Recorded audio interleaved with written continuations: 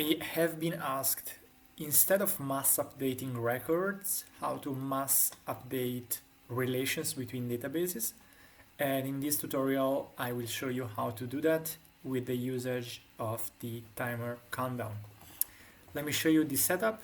We have a simple database with users, books, and categories of books, where one book belongs to one category.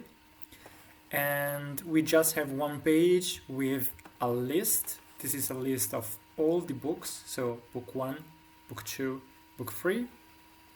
And inside this list there is another sublist, which is the darker one, that contains the categories. In this case, this list will be only a list with one category, which is the one category we want to give in our bulk action.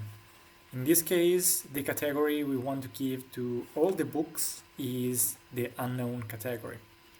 Just to show you, the current setup is that we have 3 books and there is no category attached. And how can the countdown make this happen?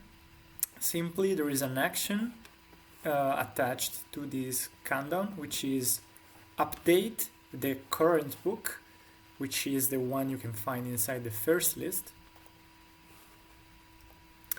And you add the current category, which is the one you find in the second list, to the current book.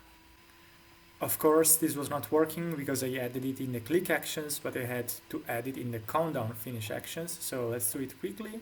Update the current book, and we change it to current category. Now we can run the preview. 4, 3, 2, 1. Okay, now we can check the database, and this worked. We have the unknown category here. If you like this video, follow me on my YouTube channel and put a like to the video. Thank you.